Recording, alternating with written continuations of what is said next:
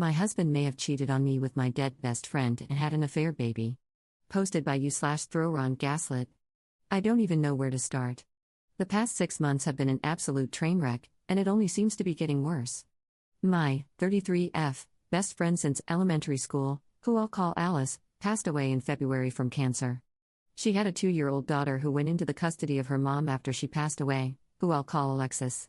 Last month, Alexis showed up on our doorstep unannounced, telling my husband, 36M, he needs to take responsibility for his child and either take custody or finally start paying child support. She says that Alice had told her who the father was when her daughter was born, but didn't want anything to do with him. To answer the inevitable, Alice was a traveling nurse and made a lot of money, which is the only reason I can think of for why she didn't go for child support. During this conversation, my husband had the worst panic attack he's ever had, so we had to end the conversation before I could get more details. This is what he told me later. He said that Alice's daughter is probably his, but that it isn't what I think. Almost 3 years ago, we threw a large housewarming party as we just moved into our dream home, after I finally finished residency and was set to make real money for once. Alice was in town and set to be at the party, but I was called into work before she got there. I didn't get back until after 3 a.m. The party was winding down, my husband was passed out upstairs, and Alice had already left the party, which, at the time, I did find strange, as we hadn't seen each other in months. My husband claims he woke up in the middle of the night to Alice on top of him, but he passed out again before he could say anything. He claims he never told me because he was worried I wouldn't believe him, which I don't know if I do. He showed me some texts he sent his best friend the next day asking for advice about him thinking someone raped him, but if he cheated, he could have had that conversation as evidence, especially since he never said Alice specifically. Ever since the party, he has been very distant with Alice, and after she had her daughter, he would even find excuses not to be around the house when she would visit at all. I don't know if that's because he cheated, or if Alice actually did rape him and this was his trauma response. Honestly, Reddit, I don't know what to do. I've known Alice since we were children, and she never came across as that kind of person.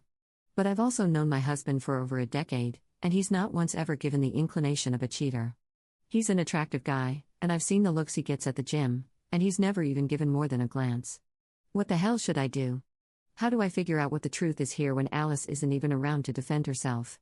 She never even implied she liked my husband, let alone wanted to sleep with him. I told my husband he needs to get a DNA test before anything is decided regarding the child, but in the meantime, he needs to move out while I think about what I'm going to do here. Relevant comments. Commenter. Women go decades without admitting they were raped because they fear not being believed. To be honest, men will often go twice as long, sometimes taking it to the grave, because they're almost always and automatically told it's not even possible for a man to be raped. I know you have to go on instinct, but his story makes sense with the text he sent his friend. He also hoped to never be around the woman he believes raped him again, which is why he made himself scarce afterward. If he's as smart as you say, he wouldn't have wanted you alone with Alice, ever, because she could have revealed an affair. He would have tried to distance your bond. Instead, he hid, because she couldn't really say she raped him. You said she wasn't a fan of his at all.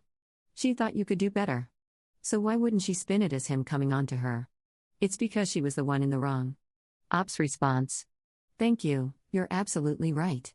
With her level of disdain, if it had been an affair, she certainly would have told me, if only to separate us, especially on her deathbed. I was in the room with her, holding one of her hands. She obviously took this to her grave, and the only reason she would is if she raped him. Again, thank you. Update same day. After talking with you, I've come to the realization that my husband is being truthful. My best friend raped him. Several people pointed out that, with Alice not liking my husband, if it were an affair, she would have told me when she was dying, if only to separate us. You're absolutely right. I was there in the room while she passed. I held her hands for days, we talked about so much. If it had just been an affair, she would have told me. But if she raped my husband, she wouldn't have said a word. That's the type of thing horrible people take to the grave. I've also come to the realization that I made a terrible mistake asking my husband to leave for a few days while I gathered my thoughts. Not to make excuses, but losing my best friend to cancer, a long cancer fight at that, was brutal. To say that I was devastated wouldn't do it justice. That it happened only 6 months ago, I'm still feeling it every day. So to have this thrown on me? It's like I'm losing her all over again. Either she betrayed me and screwed my husband, or she betrayed me and raped my husband. Not only have I lost her, but now I've lost the good memories, an entire lifetime's worth. It was impossible for me to look at him and not also see her and be struck with the horror and realization of that loss all over again. I felt I needed to be able to break down, grieve, and think without the fresh wave of loss I got every time I saw him.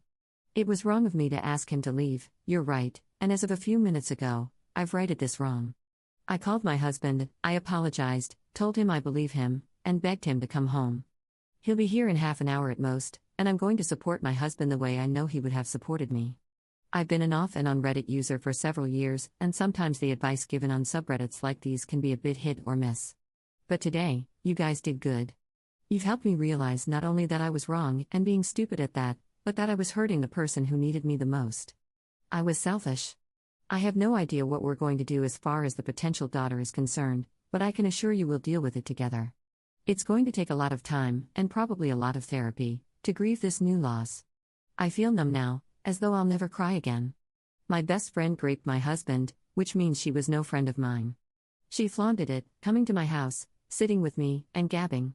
She brought her child here, trying to rub it in his face, right in front of me.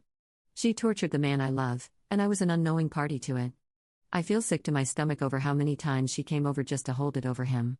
I'm honestly at a loss for how to make that up to him. If you all have any ideas, please feel free to give them to me. I think I'll need all the help I can get. Tomorrow, I'm going to take a leave of absence from work, just until we can figure out our next steps and get our heads on straight. Thank you, everyone. Second update 7 months later. I've received a lot of messages asking for an update, so I've decided to finally sit down and write one out. As you can imagine, after the total crap show that was thrust upon us, this update isn't likely to answer any of your questions, only present a few more. I want to start by telling you all that I love and trust my husband. My reaction to ask him for space to think, in retrospect, was wrong, but at the time, I didn't know what to think. It was a combination of losing my best friend again, and also the fear that I was losing my husband that sent me spiraling. Again, it was a mistake to ask him to leave, and I did rectify that in the end. Now, for the update. As mentioned in the original post, I did take a leave of absence from work, and we spent a long time just being together, talking, reaffirming our love for one another, and figuring out what to do next. We, of course, spoke with a lawyer, and my husband was very adamant about not having anything to do with the child but was willing to offer financial support as needed. So we agreed to do a DNA test immediately to prove paternity and then go from there.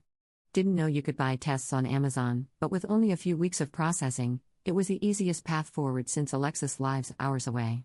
To everyone's surprise, Alice's daughter is not my husband's. We ended up testing twice, both very, very definitive. The first test we performed ourselves, as mentioned, and another after Alexis refused to believe the first test and took my husband to court for child support.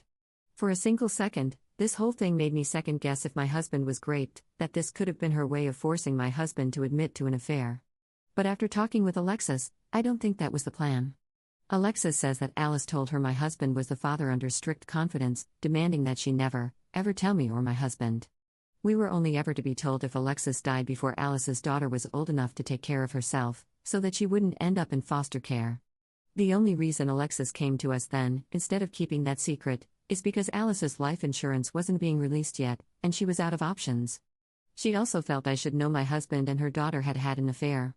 This all reaffirms in my mind that Alice did grape my husband, with the expectation of getting pregnant with his child. She obviously had other partners at the time, since one of them fathered her daughter, but no one knows who. It's clear to me that Alice believed it was my husband. I did suggest Alexis upload a sample to Ancestry, see if any matches pop up, but as Alice traveled all over for work, I don't know that anything will ever come of that. In truth, I've washed my hands of the situation. Alice did enough damage, and I don't particularly plan to be around for any more. My husband and I have gone through a lot of counseling and will likely continue for a while. This whole situation damaged us both, my husband more obviously, and I don't think we'll fully heal for a very long while. To answer a few questions. No, sadly there isn't a hidden diary or text to explain what the F was going on. My husband and I are not getting divorced. He understands why I reacted the way I did and has been strong when I was weak before. I've spent the past 7 months being strong while he was weak, so we're considering the whole thing even. We are still madly in love and plan to be together for a long time still, more on this. No, we will not be adopting Alice's child. If she had been my husband's, we would not have been adopting the child. Ultimately, I thank Reddit for setting me straight. There was a massive outpouring of support and corrective advice, To say I got a slap in the face would be a descriptive but apt way to put it. I needed it then, and I thank you for it. To say that you may have saved my marriage is an understatement. I do, however, have some good news. During my leave of absence, while my husband and I rediscovered what makes us love each other the most, I got pregnant. We're expecting our first baby, a girl, in a little over 3 months, and my husband and I are ecstatic.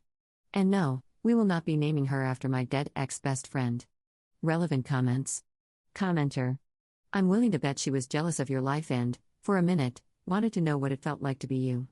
So she waited for your husband to be in a vulnerable position, intoxicated and passed out, and took her shot. She probably had random partners to either make herself feel less guilty about graping him or to try and get pregnant and really take a shot at him, making him believe her kid was his and maybe hoping he'd kick you out and move her in. She probably told her mom it was your husband's child to save face and avoid admitting she didn't actually know. She probably figured no DNA tests would be done, but even if it was, she wouldn't be around for the fallout.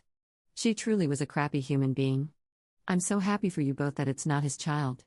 It's bad enough she graped him, but to have to deal with a child on top of it would be horrible. Enjoy your little one, hopefully, you can all put this behind you now. Commenter 2. Honestly, I just think she wanted a child. She was sleeping with multiple people,